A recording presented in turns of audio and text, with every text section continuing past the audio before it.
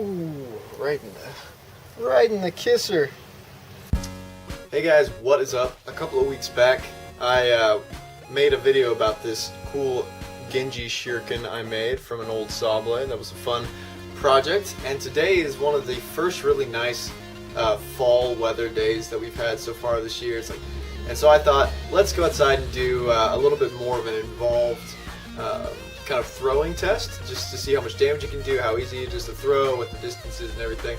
And we're also going to be testing it against, not some other Shurikens because I don't have any, but I do have two different sets of kind of cheap factory throwing knives.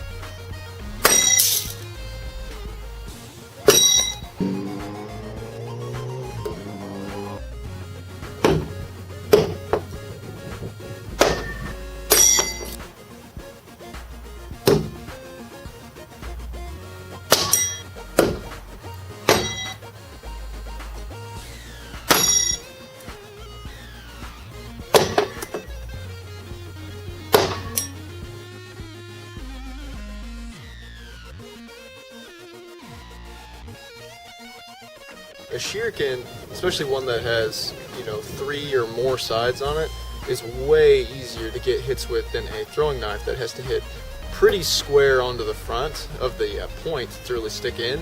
Also, the fact that it's kind of like a mirror image, or at least just like a repeated form all the way around, means that it flies a lot more consistently than a knife, which is usually not, bladed on both sides, even if it is weighted correctly. So up till now, we've been doing what's called a pinch grip, where you either pinch near the tine or farther up into the middle of the Shuriken.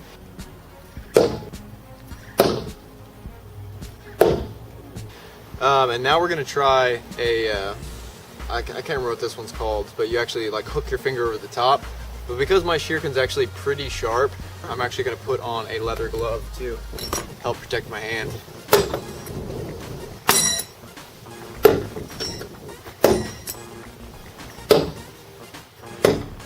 Now we're going to try and do the kind of like almost frisbee style that Genji does, where he puts it in his hands and he does like this. I think that's going to be pretty hard. Plus, I've never thrown a Shuriken like a frisbee.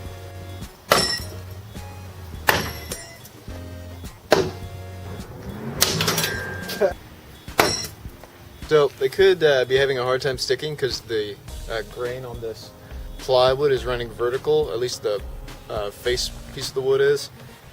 And when you're throwing it sideways, it's coming in horizontal, so it's having to kind of cut more through the grain rather than just like squeeze between it. That being said, I don't feel like you can get that much power doing the kind of Genji frisbee style. So for me personally, this is the winner. Just grip and throw.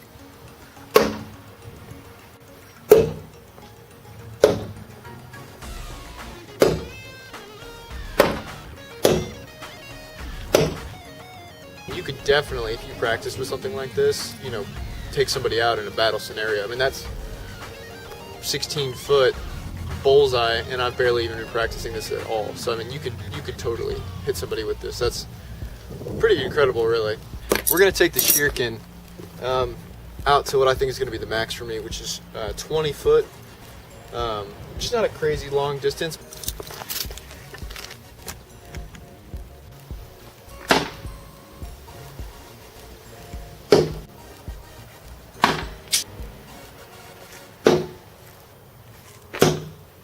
Alright, so we're going in for maximum distance. This is 25 feet. It's all the way with my back to my door. Ooh.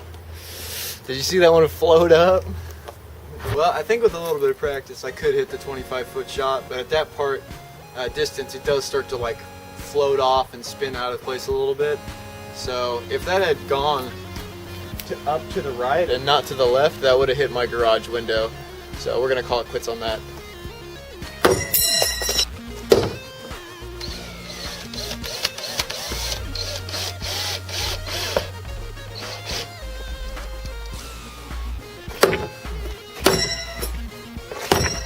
Ooh, almost hit me. Ooh.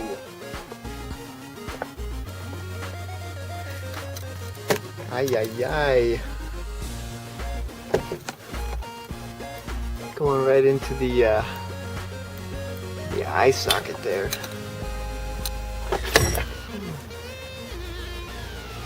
Dude. That went right in there.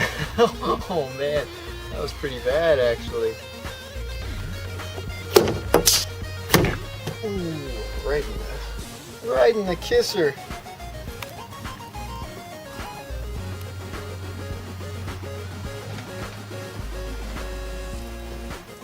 Ooh, it's gooey in there. Look at that.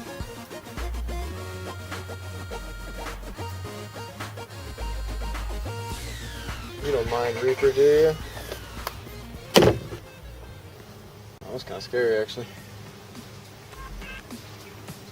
Hey, if you don't want to end up like me, you should like and subscribe. Probably should have quit while you were ahead. I mean, dead.